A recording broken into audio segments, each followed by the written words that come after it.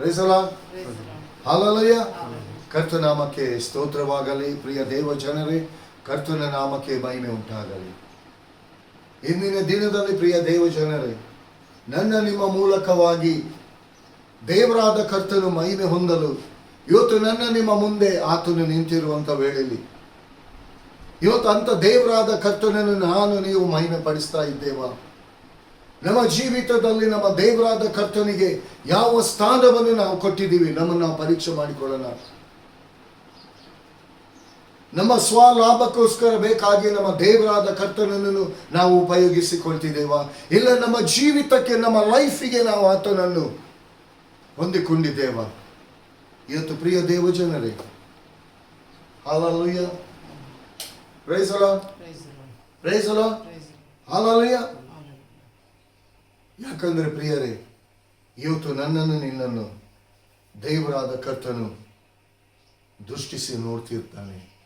ಇವತ್ತು ನನ್ನ ನಿನ್ನ ಹೃದಯವನ್ನು ಆತನು ನೋಡ್ತಿದ್ದಾನೆ.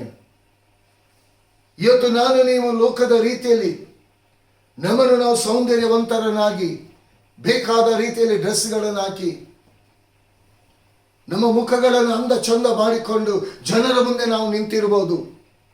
ಆದರೆ ನಮ್ಮ ದೇವರಾದ ಕರ್ತನ ಮುಂದೆ ನಮ್ಮ ಹೃದಯ, ನಮ್ಮ ಆತ್ಮಿಕವಾದ ಜೀವಿತ ಅದು ಸೌಂದರ್ಯವಾಗಿದೆಯಾ?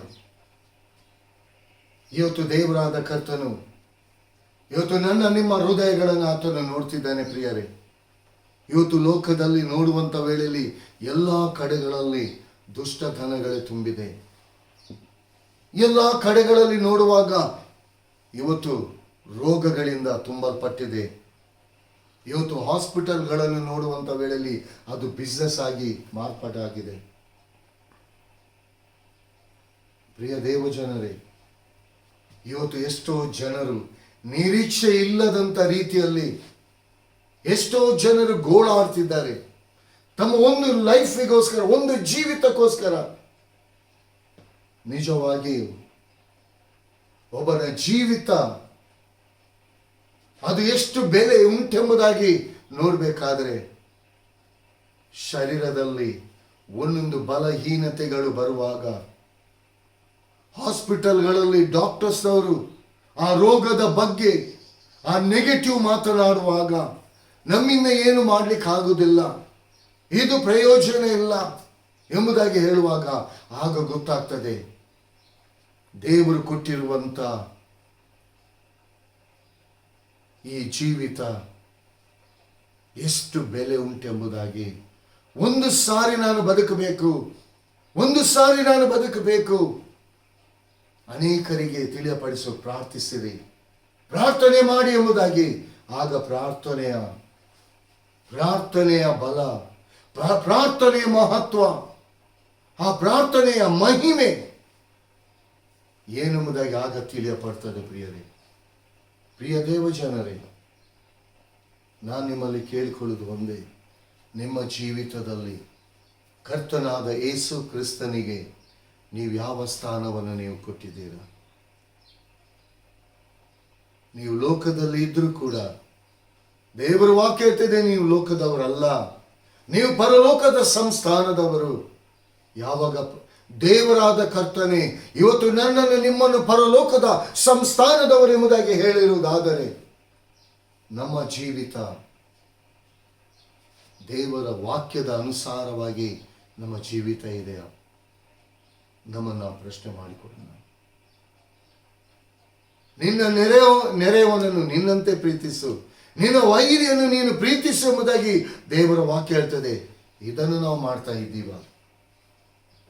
ಇವತ್ತು ಮುಂದಿನಿಂದ ಒಳ್ಳೆಯದನ್ನು ಮಾತನಾಡಿ ಹಿಂದಿನಿಂದ ಒಳ್ಳೆತನದಲ್ಲಿ ಇದ್ದವರೊಟ್ಟಿಗೆ ಅವರ ವಿಷಯದಲ್ಲಿ ಕೆಟ್ಟದ್ದನ್ನು ಇವತ್ತು ಮಾತನಾಡುವವರು ಎಷ್ಟೋ ಜನ ಇದ್ದಾರೆ. ಪ್ರಿಯರೇ, ಪ್ರಿಯ ದೇವಜನರೇ, ಇವತ್ತು ದೇವರಾದ ಕರ್ತನು ನನ್ನ ನಿನ್ನ ಹೃದಯವನ್ನು ಶೋಧಿಸುವವನಾಗಿದ್ದಾನೆ. ನನ್ನ ನಿನ್ನ ಹೃದಯವನ್ನು ಬಲ್ಲಂತ ದೇವರಾಗಿದ್ದಾನೆ.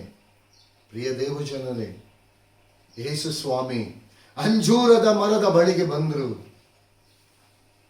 ಆ ಅಂಜೂರದ ಮರ ಹಚ್ಚ ಹಸುರು ಎಲೆಗಳನ್ನು ಬಿಟ್ಟುಕೊಂಡಿತು, ಆದರೆ ಅದರಲ್ಲಿ ಫಲ ಇರಲಿಲ್ಲ.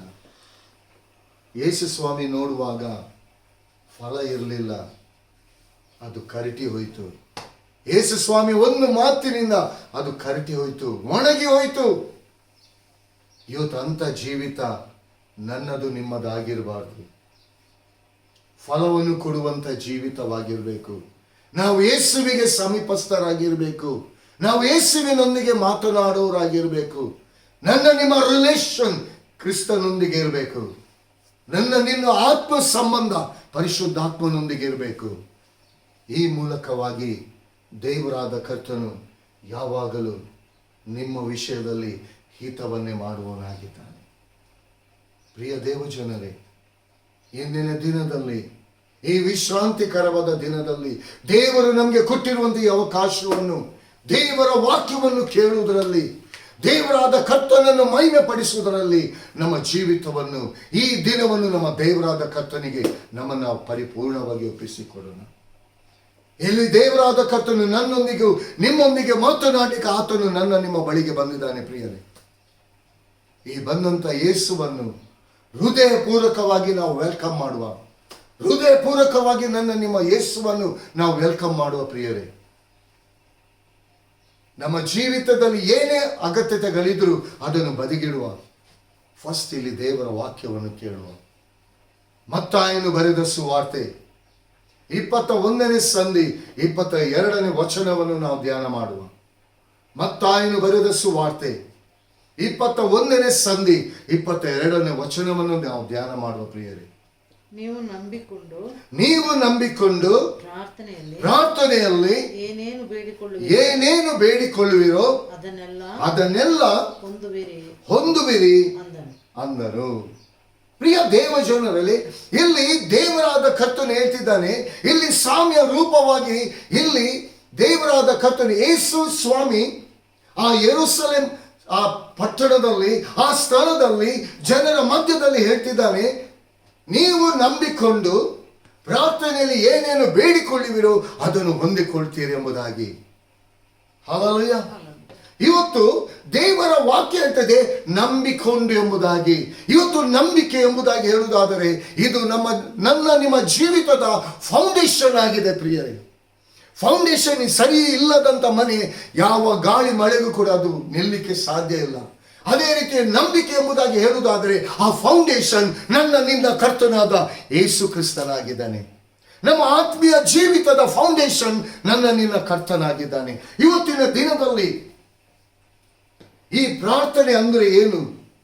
ಇವತ್ತು ಪ್ರಾರ್ಥನೆಯ ಮಹತ್ವ, ಪ್ರಾರ್ಥನೆಯ ಮಹಿಮೆ ಅದು ಇವತ್ತಿಗೂ ಕೂಡ ಬರೀ ಒಂದು ರೀತಿಯಲ್ಲಿ ಇವತ್ತು ಕ್ರೈಸ್ತರ ಜೀವಿತದಲ್ಲಿ, ಇವತ್ತು ಲೋಕದ ಎಲ್ಲ ಕಡೆಗಳಲ್ಲಿ ನೋಡುವಾಗ ಒಂದು ಪ್ರಾರ್ಥನೆ ಅದೊಂದು ವರ್ಡ್ ಆಗಿದೆ ಅಷ್ಟೇ.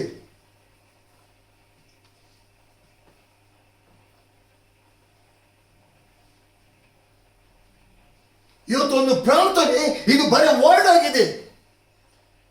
ಪ್ರಾರ್ಥನೆ ನಮ್ಮ ಲೈಫ್ ಆಗಿರಬೇಕು. ಪ್ರಾರ್ಥನೆ ವರ್ಡ್ ಅಲ್ಲ, ಪ್ರಾರ್ಥನೆ ನಮ್ಮ ಜೀವಿತ. ನಮ. ಯಾಕಂದ್ರೆ ಪ್ರಿಯ ದೇವಜನರೇ, ನಿಮ್ಮ ಜೀವಿತದಲ್ಲಿ ಅನೇಕ ಕಷ್ಟ ಸಂಕಟವು ಇರುವಂಥ ವೇಳೆಯಲ್ಲಿ, ನೋವುಗಳಿರುವಂಥ ವೇಳೆಯಲ್ಲಿ, ಸಾಲದ ಹೊರೆಗಳಲ್ಲಿ ಇರುವಂಥ ವೇಳೆಯಲ್ಲಿ ಫಸ್ಟ್ ನೀವು ಶೇರ್ ಮಾಡಿಕೊಳ್ಳುವಂಥದ್ದು ಯಾತ್ರ ಮನುಷ್ಯರೊಂದಿಗೆ. ಓ, ನನಗೆ ಅವರು ಒಳ್ಳೆ ಆಪ್ತರು, ಓ ನನಗೆ ಇವಳು ಒಳ್ಳೆ ಸ್ನೇಹಿತರು ಎಂಬುದಾಗಿ ನೀವು ನೆನೆಸಿಕೊಂಡಂಥ ಸ್ನೇಹಿತರೇ ಒಂದಲ್ಲ ಒಂದು ದಿನ ನಿಮಗೆ ಕೈ ಕೊಡ್ತಾರೆ. ಪ್ರಿಯರೇ, ಒಂದಲ್ಲ ಒಂದು ದಿನ ನಿಮಗೆ ಮೋಸ ಮಾಡೇ ಮಾಡ್ತಾರೆ. ಅದಕ್ಕೋಸ್ಕರ ಪ್ರಿಯ ದೇವ ಜನರೇ, ಮನುಷ್ಯನನ್ನು ಆತುಕೊಳ್ಬೇಡಿ, ಮನುಷ್ಯನ ಮೇಲೆ ನೀವು ನಂಬಿಕೆಯನ್ನು ಇಡಬೇಡಿ.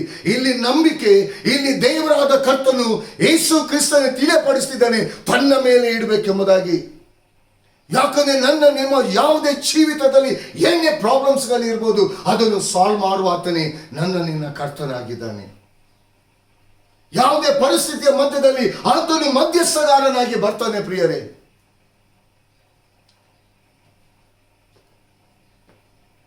ಇವತ್ತು ನಂಬಿಕೊಂಡು ನೀವು ಪ್ರಾರ್ಥನೆಯಲ್ಲಿ ಏನೇನು ಬೇಡುತ್ತೀರೋ ಅದು ಹೊಂದಿಕೊಳ್ತೀರಿ ಎಂಬುದಾಗಿ. ಇವತ್ತು ಆ ನಂಬಿಕೆ ನಿಜವಾಗಿ ನಿಮ್ಮ ಜೀವಿತದಲ್ಲಿ ಕ್ರಿಸ್ತನನ್ನು ನಿಮ್ಮ ಬೆಳಕನಾಗಿ ನಿಮ್ಮ ಜೀವಿತದಲ್ಲಿ ಇಟ್ಟುಕೊಂಡಿದ್ದೀರಾ? ನಿಮ್ಮ ಹೃದಯ ಎಂಬ ಆಲಯದಲ್ಲಿ ಮೊದಲ ಸ್ಥಾನವನ್ನು ದೇವರಾದ ಕರ್ತನಿಗೆ ಕೊಟ್ಟಿದ್ದೀರಾ. ನಿಮ್ಮ ಹೃದಯ ಎಂಬ ಆಲಯ ಅದು ಪರಿಶುದ್ಧತೆಯನ್ನು ತುಂಬಲ್ಪಟ್ಟಿದೆಯಾ? ಲೋಕದ ಗಜಿಬಿಜಿಗಳು ಸೇರಿಕೊಂಡಿದೆಯಾ? ಪ್ರಿಯ ದೇವಜನರೇ, ಇವತ್ತು ಎಷ್ಟು ಜನರು ಕೂಡ ಇವತ್ತು ಆತ್ಮಿಕವಾದ ರೀತಿಯಲ್ಲಿ ಇವತ್ತು ಸತ್ತಂತ ರೀತಿಯಲ್ಲಿದ್ದಾರೆ.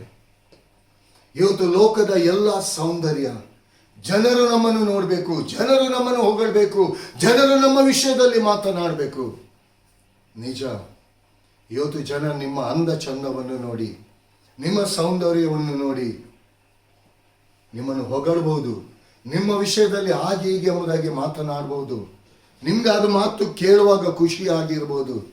ಆದರೆ ಒಂದು ಸತ್ಯ, ಅದೇ ಮನುಷ್ಯರು ನೀವು ಕಷ್ಟ ಪಡುವಾಗ, ಹಿಂಸೆಯಲ್ಲಿ ಬೀಳುವಾಗ, ರೋಗದಲ್ಲಿ ನೀವು ಬೀಳುವಾಗ ಹೊಗಳಿದಂಥ ನಾಲಿಗೆ ನಿಮ್ಮನ್ನು ತೆಗಳ್ತದೆ. ನೆನಪಿನಲ್ಲಿಟ್ಟುಕೊಳ್ಳಿ ಪ್ರಿಯರೇ, ಇವತ್ತು ನಿಮ್ಮ ಜೀವಿತ, ಈ ಪ್ರಾರ್ಥನೆ ಬರೀ ನಿಮ್ಮ ಜೀವಿತದಲ್ಲಿ ಅದು ಶಬ್ದವಾಗಿದೆಯಾ? ಅದೊಂದು ವರ್ಡ್ ಆಗಿದೆಯಾ? ಅಲ್ಲ, ಪ್ರಾರ್ಥನೆ ನಿಮ್ಮ ಲೈಫ್ ಆಗಿದೆಯಾ? ನಿಜವಾಗಿ ಪ್ರಾರ್ಥನೆ ಅಂದರೆ ದೇವರ ಆತ್ಮನೊಂದಿಗೆ ನಾವು ಮಾತನಾಡುವಂಥದ್ದು. ನಿಮ್ಮ ಹೃದಯ ದೇವರ ಆತ್ಮನೊಂದಿಗೆ ಕನೆಕ್ಟ್ ಆಗುವಂಥದ್ದು. ಯಾಕಂದ್ರೆ ನಿಮ್ಮ ಪರಿಸ್ಥಿತಿಗಳು ಲೋಕದ ಜನರಿಗೆ ಯಾರಿಗೂ ತಿಳಿಯದೇ ಇರ್ಬೋದು. ಒಂದು ವೇಳೆ ನಿಮ್ಮ ಮನೆಯಲ್ಲಿ ಇರುವಂತ, ಕುಟುಂಬದಲ್ಲಿ ಇರುವಂತ ನಿಮಗೆ ಆ ಸಮಸ್ಯೆ ಯಾರಿಗೂ ತಿಳಿಯದೇ ಇರ್ಬೋದು. ಆದರೆ ನೀವಿರುವಂತ ಸಮಸ್ಯೆ ಏನೆಂಬುದಾಗಿ, ನಿಮ್ಮ ಪ್ರಾಬ್ಲಮ್ಸ್ ಏನೆಂಬುದಾಗಿ ದೇವರಾದ ಕರ್ತನಿಗೆ ಗೊತ್ತಿದೆ ಪ್ರಿಯರೇ. ಈ ಎಲ್ಲ ಸಮಸ್ಯೆಗಳಿಂದ ಬಿಡಿಸಲು ಶಕ್ತನಾಗಿರುವಂತ ಯೇಸು ಕ್ರಿಸ್ತನಿಗೆ ಇವತ್ತು ನಿಮ್ಮ ಜೀವಿತದಲ್ಲಿ ಮೊದಲ ಸ್ಥಾನವನ್ನು ನೀವು ಕೊಡುವುದಾದರೆ, ಲೋಕದ ಮೇಲೆ ಆಗಲಿ ಮನುಷ್ಯರ ಮೇಲೆ ಆಗಲಿ ನಂಬಿಕೆ ನಡೆದೆ ಜೀವ ಸ್ವರೂಪನಾದ ದೇವರಾದ ಕರ್ತನ ಮೇಲೆ, ದೇವರ ವಾಕ್ಯದ ಮೇಲೆ ನೀವು ನಂಬಿಕೆ ನೀಡುವುದಾದರೆ, ಒಂದು ವೇಳೆ ವೈದ್ಯರು ಕೈ ಬಿಟ್ಟಿರಬಹುದು, ಈ ರೋಗದಿಂದ ನೀವು ಗುಣ ಆಗಲಿಕ್ಕೆ ಸಾಧ್ಯ ಇಲ್ಲ. ಒಂದು ವೇಳೆ ಆ ರೋಗಕ್ಕೆ ಬೇಕಾಗಿ ನೀವು ಅನೇಕ ಹಣವನ್ನು ನೀವು ಖರ್ಚು ಮಾಡಿರ್ಬೋದು. ನಿಮ್ಮ ಪ್ರಾಣವನ್ನು ನಿಮ್ಮಲ್ಲಿರುವಂತಹ ಹಣದ ಮೂಲಕ ಉಳಿಸಿಕೊಳ್ಳಿಕ್ಕೆ ಆಗುವುದಿಲ್ಲ ಪ್ರಿಯರೇ. ಯೇಸುವಿನಿಂದ ಮಾತ್ರ ಸಾಧ್ಯ, ಯೇಸುವಿನ ರಕ್ತದಿಂದ ಮಾತ್ರ ಸಾಧ್ಯ. ಯೇಸುವಿನ ರಕ್ತ ಸಕಲ ಅನೀತಿ ಪಾಪ ದೋಷಗಳನ್ನು ತೊಳೆದು ಶುದ್ಧೀಕರಿಸಲ್ಪಟ್ಟಂತ ಆ ಪರಿಶುದ್ಧವಾದ ರಕ್ತವಾಗಿದೆ. ಇವತ್ತು ದೇವರ ಆತ್ಮನೊಂದಿಗೆ ಆ ಪ್ರಾರ್ಥನೆ ಅಂದರೆ ನಿಮ್ಮ ಮೊಣಕಾಲುಗಳು ದೇವರಿಗೆ ಅಡ್ಡ ಬೀಳ್ಬೇಕು, ನಿಮ್ಮ ಕೈಗಳು ದೇವರಾದ ಕರ್ತನಿಗೆ ಸರೆಂಡರ್ ಆಗಬೇಕು.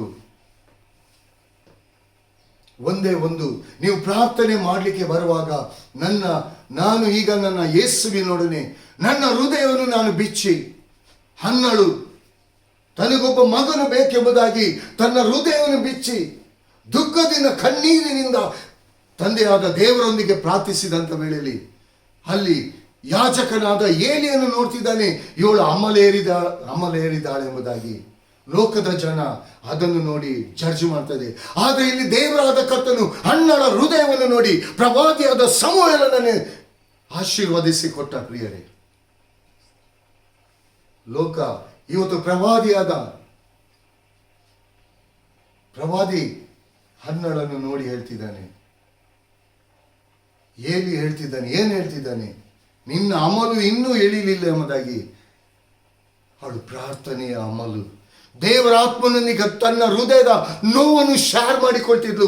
ಅದೇ ರೀತಿ ನಿಮ್ಮ ಜೀವಿತದಲ್ಲಿ ನಿಮ್ಮ ನೋವುಗಳು ಯಾರೇ ಇರ್ಬೋದು, ನೀವು ಎಷ್ಟು ಜನರಿಗೆ ನೀವು ಸಹಾಯ ಮಾಡಿರ್ಬೋದು, ಎಷ್ಟು ಜನರ ಕುಟುಂಬಕ್ಕೆ ನಿಮ್ಮ ಹಸ್ತವನ್ನು ನೀವು ಚಾಚಿರ್ಬೋದು, ಎಷ್ಟೋ ಜನರ ಕಷ್ಟದಲ್ಲಿ ನೀವು ಪಾಲ್ತಕೊಂಡಿರ್ಬೋದು.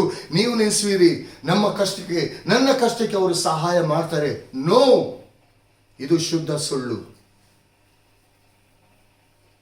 ಯಾವಾಗ ನೀವು ಯಾರಿಗೆ ಉಪಕಾರ ಮಾಡಿ, ಯಾರಿಗೆ ಸಹಾಯ ಮಾಡಿದಿರಿ, ಯಾವ ಕಷ್ಟದಲ್ಲಿ ಯಾರ ಕಷ್ಟ ನೀವು ಪಾಲ್ ತಗೊಂಡಿದ್ದರು, ಅವರು ನಿಮ್ಮ ಜೀವಿತದಲ್ಲಿ ನಿಮ್ಮ ಕಷ್ಟಕ್ಕೆ ಸಹಾಯಕ್ಕೆ ಬರುವುದಿಲ್ಲ ಪ್ರಿಯರೇ. ನಿಮ್ಮ ಎಲ್ಲ ಪರಿಸ್ಥಿತಿಗಳ ಮಧ್ಯದಲ್ಲಿ ಬರುವುದು ಯೇಸು ಸ್ವಾಮಿ ಮಾತ್ರ. ಆ ಸಮಯದಲ್ಲಿ, ನಿಮ್ಮ ಕಷ್ಟದ ಸಮಯದಲ್ಲಿ ಎಲ್ಲರೂ ನಿಮ್ಮನ್ನು ಕೈ ಬಿಡ್ತಾರೆ. ಆಗ ನಿಮ್ಮ ಹೃದಯ ಒಡೆದೋಗ್ತದೆ. ಅಯ್ಯೋ ದೇವರೇ, ಎಷ್ಟು ಜನರಿಗೆ ಇಂಥವರಿಗೆ ಅಂಥವರಿಗೆ ನಾನು ಇಂಥ ಉಪಕಾರ ಮಾಡಿದೆ, ಇಂಥ ಸಹಾಯ ಮಾಡಿದೆ, ಇಂಥವರ ಕಷ್ಟದಲ್ಲಿ ಆ ಕಷ್ಟವನ್ನು ನಾನು ಪಾಲ್ತಕೊಂಡೆ. ಇವತ್ತು ನನ್ನ ಜೀವಿತದಲ್ಲಿ ನನ್ನ ಕಷ್ಟದಲ್ಲಿ ನನಗೆ ಸಹಾಯ ಮಾಡುವುದನ್ನು ಬಿಟ್ಟು ನನಗೆ ಅವಮಾನವನ್ನು ಮಾಡ್ತಿದ್ದಾರೆ ಎಂಬುದಾಗಿ. ಪ್ರಿಯ ದೇವಜನರೇ, ನಿಮ್ಮ ಹೃದಯ ಒಡೆದು ಹೋಗುವುದಕ್ಕಿಂತ ಮುಂಚಿತವಾಗಿ ಹೃದಯವನ್ನು ಕಟ್ಟುವ ಆತನ ಜೀವ ಸ್ವರೂಪನಾದ ಯೇಸುವಿನ ಬಳಿಗೆ ಬನ್ನಿರಿ. ಪ್ರಿಯ ದೇವಜನರೇ, ನಿಮ್ಮ ಹೃದಯದ ಪ್ರಾರ್ಥನೆ ಇವತ್ತು, ನಿಮ್ಮ ಪ್ರಾರ್ಥನೆ ದೇವರಿಗೆ ಅಗತ್ಯ ಇದೆ. ಪ್ರಿಯರೇ, ನಿಮ್ಮ ಹೃದಯದ ಅಂತರಾಳದ ಪ್ರಾರ್ಥನೆ ದೇವರಿಗೆ ಅಗತ್ಯ ಇದೆ. ದೇವರ ಆತ್ಮನೊಂದಿಗೆ ನೀವು ಮುಖಾಮುಖಿಯಾಗಿ ಮಾತನಾಡಬೇಕೆಂಬುದಾಗಿ ದೇವರಾದ ಕರ್ತನು ಬಯಸ್ತಿದ್ದಾನೆ. ಈಗಲೂ ನಿಮ್ಮ ನೀವು ಪ್ರಾರ್ಥಿಸುವಂತ ವೇಳೆಯಲ್ಲಿ ನಿಮ್ಮ ಹೃದಯದ ಆಲೋಚನೆಗಳನ್ನು ಆತನು ಬಲ್ಲವನಾಗಿದ್ದಾನೆ. ಪ್ರಿಯರೇ, ಇವತ್ತು ಪ್ರಾರ್ಥನೆ ನಿಮ್ಮ ಲೈಫ್ ಆಗಿರಬೇಕು, ನಿಮ್ಮ ಜೀವಿತವಾಗಿರಬೇಕು. ಬರೀ ಹೆಸರನ್ನು ಪೂರ್ತಿ ನಾನು ಇವತ್ತು ಒಂದು ಪ್ರೇಯರ್ ಮಾಡಿ ಮುಗಿಸಬೇಕು ಅಂತ ಪ್ರಾರ್ಥನೆ ಪ್ರಯೋಜನ ಇಲ್ಲ. ದೇವರ ವಾಕ್ಯ ಹೇಳ್ತಿದೆ, ದೇವರು ಭಕ್ತಿಹೀನರ ಪ್ರಾರ್ಥನೆಯನ್ನು ಕೇಳುವುದಿಲ್ಲ ಎಂಬುದಾಗಿ. ಅವನು ಭಕ್ತಿವಂತನಾಗಿದ್ದುಕೊಂಡು ದೇವರ ಆತ್ಮನೊಂದಿಗೆ ಹೋರಾಡಿ ಪ್ರಾರ್ಥಿಸುವುದಾದರೆ, ಇಲ್ಲಿ ಯಾಕೋಬನನ್ನು ನಾವು ತಕೊಳ್ಳುವ ಪ್ರಿಯರೇ, ಯಾಕೋಬನು ತನ್ನ ಅಣ್ಣನಾದ ಏಸಾವನಿಗೆ ಮೋಸ ಮಾಡಿ ತಂದೆಯಿಂದ ಆಶೀರ್ವಾದವನ್ನು ಹೊಂದಿಕೊಂಡಿದ್ದ. ಏಸಾವನು ಇನ್ನೇನು ಯಾಕೋಬನನ್ನು ಕೊಲ್ತಾನೆ ಎಂಬುದಾಗಿ ಹೇಳುವಾಗ ರೆಬೆಕ್ಕಳು ಅಂದರೆ ತಾಯಿ ಯಾಕೋಬನಿಗೆ ನನ್ನ ಅಣ್ಣನಾದ ಲಾಬಾನನ ಮನೆಗೆ ಹೋಗು ಎಂಬುದಾಗಿ. ಅಲ್ಲಿ ಯಾಕೋಬನು ಒಂದು ಕೋಲನ್ನು ಹಿಡ್ಕೊಂಡು ಹೋಗ್ತಿದ್ದಾನೆ. ಅಲ್ಲಿ ರಾತ್ರಿ ಜಾವದಲ್ಲಿ, ಪ್ರಿಯ ದೇವಜನರೇ, ಯಾಕೋಬನು ದೇವರಾತ್ಮನೊಂದಿಗೆ ದೇವರಾತ್ಮನು ಯಾಕೋಬನನ್ನು ಸಂಧಿಸ್ತಾನೆ. ಯಾಕೋಬನು ಹೋರಾಡಿ ಪ್ರಾರ್ಥನೆ ಮಾಡ್ತಿದ್ದಾನೆ. ಯಾಕೋಬನಿಗೆ ದೇವರಾದ ಕರ್ತನು, ನಿನ್ನ ಹೆಸರೇನು? ನನ್ನ ಹೆಸರು ಯಾಕೋಬ. ಯಾಕೋಬ ಅಂದರೆ ಮೋಸಗಾರ ಎಂಬುದಾಗಿ. ಅಲ್ಲಿ ದೇವರಾದ ಕರ್ತನು ಅಂತಾನೆ, ಇನ್ನು ಮುಂದೆ ನೀನು ಯಾಕೋಬ ನೆನೆಸಿಕೊಳ್ಳಿಲ್ವಾ, ಇಸ್ರಾಯೇಲು. ದೇವರ ಆಶೀರ್ವಾದ, ದೇವರ ಆತ್ಮನೊಂದಿಗೆ ಹೋರಾಡಿ ಪ್ರಾರ್ಥಿಸಿದ ನೀನು ನನ್ನನ್ನು ಆಶೀರ್ವದಿಸದ ಹೊರತು ನಾನು ನಿನ್ನನ್ನು ಬಿಡುವುದಿಲ್ಲ ಎಂಬುದಾಗಿ. ಇವತ್ತು ಆ ಆತ್ಮ ಸಂಬಂಧವಾದ ಆ ರಿಲೇಶನ್ಶಿಪ್ ಇವತ್ತು ನಿಮ್ಮ ಜೀವಿತದಲ್ಲಿದೆ. ದೇವರ ಆತ್ಮನೊಂದಿಗೆ ನಿಮ್ಮೊಂದಿಗೆ ಆ ರಿಲೇಶನ್ಶಿಪ್ ನೀವು ಇಟ್ಕೊಂಡಿರುವುದಾದರೆ ನಿಮ್ಮ ಜೀವಿತದಲ್ಲಿ ಏನೇ ಪ್ರಾಬ್ಲಮ್ ಬರಲಿ, ಒಂದು ಕ್ಷಣದಲ್ಲಿ ದೇವರಾದ ಕರ್ತನು ಇಲ್ಲದಾಗಿ ಮಾಡಿಬಿಡ್ತಾನೆ. ಯೆರಿಕೋ ಕೋಟೆ ಇತ್ತು ಪ್ರಿಯರೇ, ಅದು ಯಾರಿಂದಲೂ ಕೂಡ ಮುರಿಲಿಕ್ಕೆ ಸಾಧ್ಯ ಆಗ್ತಿರ್ಲಿಲ್ಲ. ಅದು ಒಂದು ಕಲ್ಲನ್ನು ಕೂಡ ಹಂದಾಡಿಸ್ಲಿಕ್ಕೆ ಆಗ್ತಿರ್ಲಿಲ್ಲ. ಅಲ್ಲಿ ಇಸ್ರಾಯೇಲಿಯರಿಗೆ ಯೆಹೋಶುವನು ಹೇಳ್ತಾನೆ, ನೀವು ದಿನಕ್ಕೆ ಒಂದು ಸಾರಿ ಸುತ್ತು ಬಂದ್ರೆ ಸಾಕು. ಏಳನೇ ದಿನ ಅದು ಏಳನೇ ಸುತ್ತು ಬರುವಾಗ ಆರ್ಭಟಿಸಿರಿ ಎಂಬುದಾಗಿ ಹೇಳುವಾಗ ನೀವು ಆರ್ಭಟಿಸಿರಿ ಎಂಬುದಾಗಿ ಯೆಹೋಶುವನು ಏನು ಹೇಳ್ತಾರೆ, ಅದರಂತೆ ಇಸ್ರಾಯೇಲರು ಮಾಡಿದರು. ಇಲ್ಲಿ ವಿಧೇಯತ್ವ, ಇಲ್ಲಿ ದೇವರಾದ ಕರ್ತನ ಆ ವಿಧೇಯತ್ವವನ್ನು ನೋಡ್ತಿದ್ದಾನೆ. ಪ್ರಿಯರೇ, ನಿಮ್ಮ ವಿಧೇಯತ್ವವನ್ನು ನೋಡ್ತಿದ್ದಾನೆ. ನಿಮ್ಮ ಹೃದಯವನ್ನು ಪರಿಶೋಧಿಸಿ ನೋಡ್ತಿದ್ದಾನೆ ಆತನು. ಅಲ್ಲಿ ಯೆರಿಕೋ ಕೋಟೆ ಆ ವಿಧೇಯತ್ವದ ಮೂಲಕ, ಆ ಸ್ತುತಿಯ ಮೂಲಕ, ಆ ಆರ್ಭಟದ ಮೂಲಕ ತನ್ನಿಂತಾನೆ ಆ ಕೋಟೆ ಬಿದ್ದೋಯಿತು. ಅದೇ ರೀತಿಯಾಗಿ ಆ ಯೆರಿಕೋ ಕೋಟೆ ಅಂತಿರುವಂತ ಎಂಥ ದೊಡ್ಡ ಪ್ರಾಬ್ಲಮ್ಸೇ ನಿಮ್ಮ ಜೀವಿತದಲ್ಲಿ ಇರುವುದಾದರೆ, ಯೇಸುವಿನ ಬಳಿಗೆ ನೀವು ಬರುವುದಾದರೆ, ಮನುಷ್ಯರೊಂದಿಗೆ ಶೇರ್ ಮಾಡ್ಕೊಳ್ಬೇಡಿ, ಮನುಷ್ಯರ ಬಳಿಗೆ ಹೋಗಬೇಡಿ, ಮನುಷ್ಯರೊಂದಿಗೆ ಸಹಾಯ ಕೇಳಲಿಕ್ಕೆ ಹೋಗ್ಬೇಡಿ. ಪ್ರಿಯ ದೇವ ಜನರೇ, ಜೀವ ಸ್ವರೂಪನಾದ ದೇವರಾದ ಕರ್ತನು ನಿಮ್ಮ ಬಳಿಯಲ್ಲಿ ನಿಮ್ಮ ಸಮೀಪದಲ್ಲಿದ್ದಾನೆ. ನಿಮ್ಮಿಂದ ಆಗದೆ ಯಾವುದು ಕೆಲಸ ಕಾರ್ಯಗಳಿರ್ಬೋದು, ಅದು ಯೇಸು ಕ್ರಿಸ್ತನ ಮೂಲಕ ಅದು ಎಲ್ಲವೂ ಸಾಧ್ಯ ಎಂಬುದಾಗಿ ನಾನು ತಿಳಿಯಪಡಿಸ್ತೀನಿ.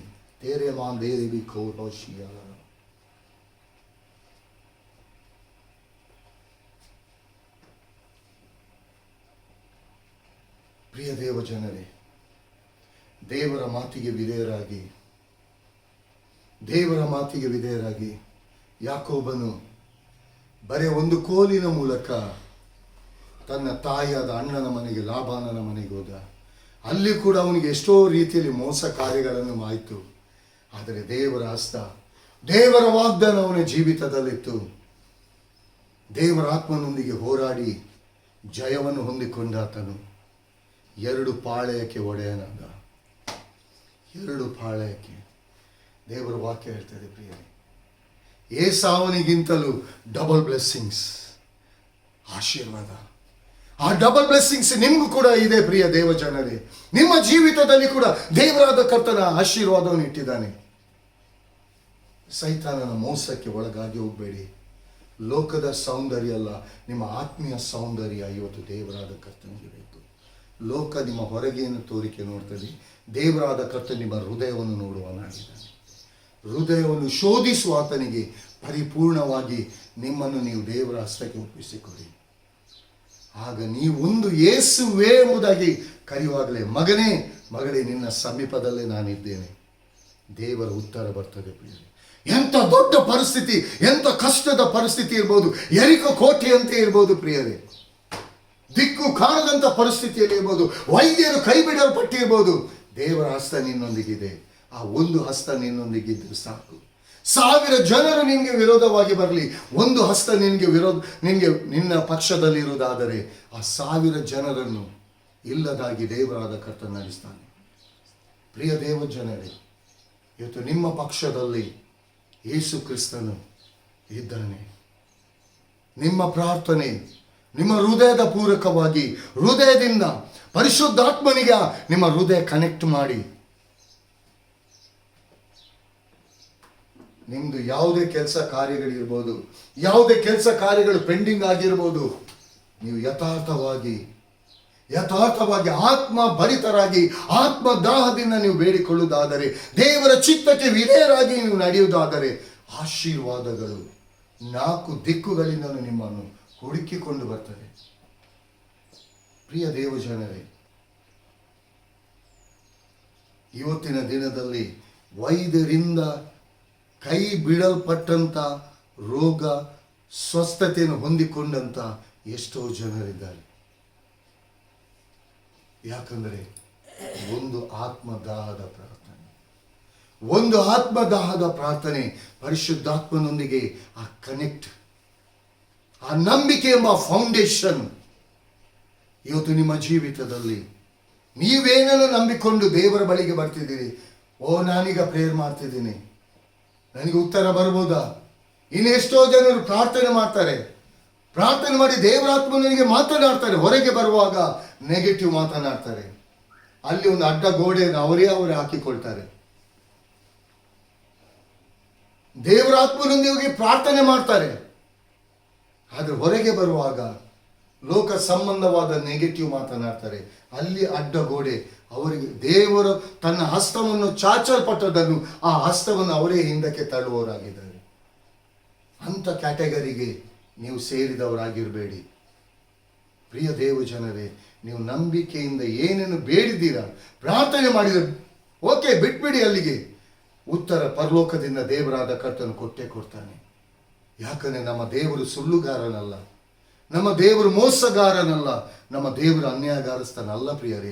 ಆತನು ಸತ್ಯ ದೇವರು. ತಾನು ತನ್ನ ಬಾಯಿಂದ ಏನು ನುಡಿತಾನ ಅದನ್ನು ನೆರವೇರಿಸುವಂಥ ದೇವರು. ನಿಮ್ಮ ಜೀವಿತವನ್ನು ಸುಂದರಗೊಳಿಸುವಂಥ ದೇವರು. ಪ್ರಿಯ ದೇವ ಜನರೇ, ದೇವರಿಗೆ ಕೊಟ್ಟಿರುವಂಥ ಅವಕಾಶವನ್ನು, ದೇವರು ಕೊಟ್ಟಿರುವಂಥ ಈ ಸಮಯವನ್ನು ಅಮೂಲ್ಯವೆಂಬುದಾಗಿ, ಉತ್ತಮವಾದದ್ದೆಂಬುದಾಗಿ ತಿಳ್ಕೊಂಡು ದೇವರ ಹಸ್ತಕ್ಕೆ ಒಪ್ಪಿಸಿಕೊಟ್ಟು ದೇವರ ಕಾರ್ಯವನ್ನು, ದೇವರ ಮಹಿಮೆಯನ್ನು ನಿಮ್ಮ ಜೀವಿತದಲ್ಲಿ ನೀವು ನೋಡುವಂಥವರಾಗಿರಬೇಕು. ಯಾವಾಗಲೂ ದೇವರಾದ ಕರ್ತನಿಗೆ ಕೃತಜ್ಞತೆ ಉಳ್ಳವರಾಗಿರಿ. ದೇವರಾದ ಕರ್ತನಿಗೆ ಸ್ತೋತ್ರವನ್ನು ಸಲ್ಲಿಸುವವರಾಗಿರಿ ಪ್ರಿಯರೇ. ನಿಮ್ಮ ಜೀವಿತ ಇದ್ದ ಹಾಗೆ ಇರಲ್ಲ.